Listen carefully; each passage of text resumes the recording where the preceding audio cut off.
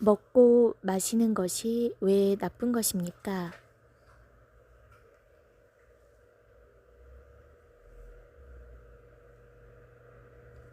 Eating and drinking. 마태복음 24장 37절 말씀. 노아의 때와 같이 인자의 임함도 그러하리라.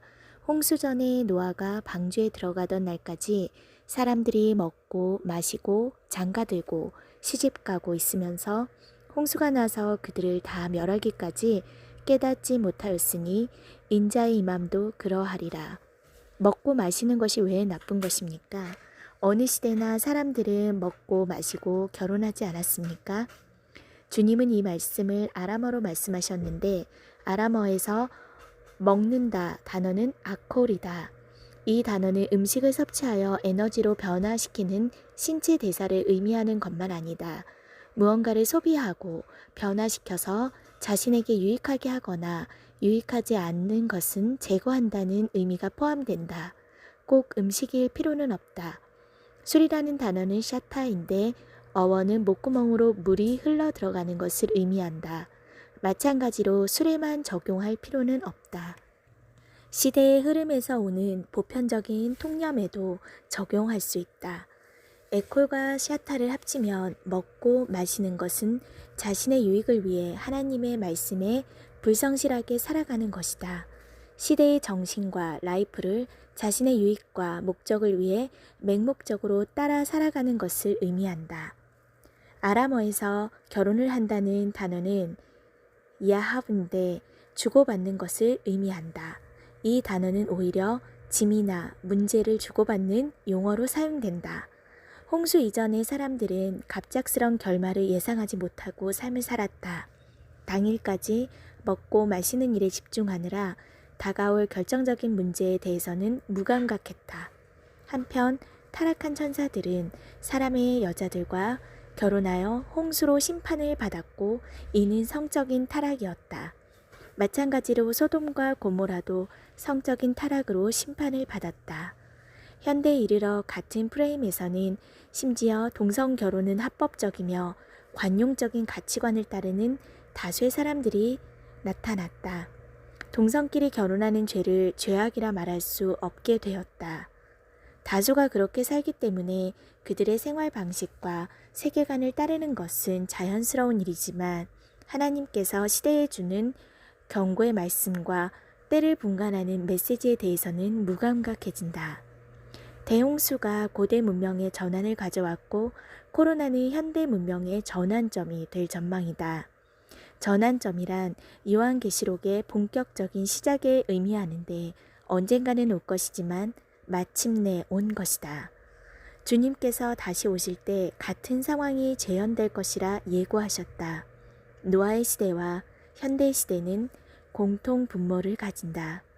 사람들이 추구하는 돈과 번영과 즐거움을 추구하는 라이프는 어느 시대나 비슷한 관습을 보인다. 중요한 것은 이들과 다르게 생각하고 다르게 관점을 보는 것인데 이것의 배경과 근거는 주님이 하신 말씀에 깨어 준비하라에 기초한다. 너희가 대다수 인류가 살아가는 삶의 방식처럼 살아가면 멸망할 것이다. 그러나 내가 너희에게 미리 알려준 지시에 주의하면서 시대의 표적을 분간하고 자신을 준비하면 멸망을 피하게 될 것이다. 영적인 갈급함은 육적인 부요함과 대비하여 영적인 부요함을 이루게 되지만 종말론적 깨달음은 지혜로운 마음에 의존한다. 부요함과 가난함. 우리 주 예수 그리스도의 은혜를 너희가 알거니와 부요하신 이로써 너희를 위하여 가난하게 되심은 그의 가난함으로 말미암아 너희를 부요하게 하려 하심이라. 이 말씀에서 주는 영적인 부요함은 하나님과 친밀함을 의미한다.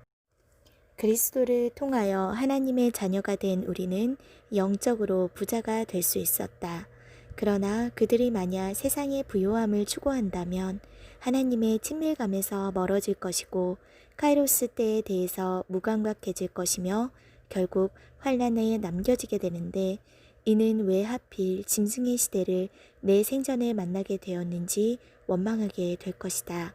그렇지만 그것은 내 생전에 최고의 기회를 무시하고 놓친 것에 대한 대가이지만 회개의 기회가 있다. 우리는 마지막 언덕에 서서 구름 타고 오시는 주님을 기다리고 있습니다.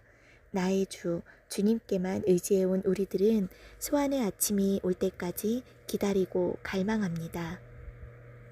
비록 우리가 연약함으로 예레미야처럼 진창에 빠졌다 하더라도 주님, 사랑의 과오를 일일이 책망하시면 살아남을 자 누구이겠습니까? 그러나 주님의 보혈을 의지하여 회개하면 주님은 언제나 용서하시는 분입니다. 사랑하는 주님, 우리를 긍휼히 여기시며 속히 오시기를 촉구합니다.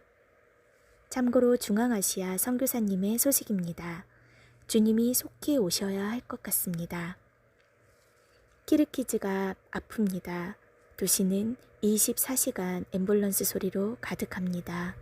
지난주부터 더욱 심해지고 있습니다. 인구 600여만 명의 국가에서 매일 1000여 명이 새롭게 확진되고 사망자도 어떤 날은 100여 명이 되기도 합니다. 한국 사역자의 죽음으로 선교사들이 힘들어하지만 현지 목회자들과 교인들은 더 절망적인 상황입니다. 코로나19로 가정폭력과 불화가 62% 증가했다고 합니다. 코로나 바이러스로 뒤덮여진 키르기즈 사회가 아슬아슬하게 느껴집니다. 파송교회 담임 목사님께서 전화를 주셨습니다. 빨리 한국으로 들어오는 것이 좋겠다고 합니다. 항상 그랬지만 교회의 배려와 사랑에 다시 한번 감사함을 느낍니다. 일단 상황이 더 심각해지면 아내와 딸, 이날을 우선 보내고 저는 좀 더 상황을 지켜보겠다고 말씀드렸습니다. 지금은 이곳에서 우는 자들과 함께 우는 것이 필요합니다. 더욱 기도를 부탁드립니다. 오늘도 여전히 강건하세요.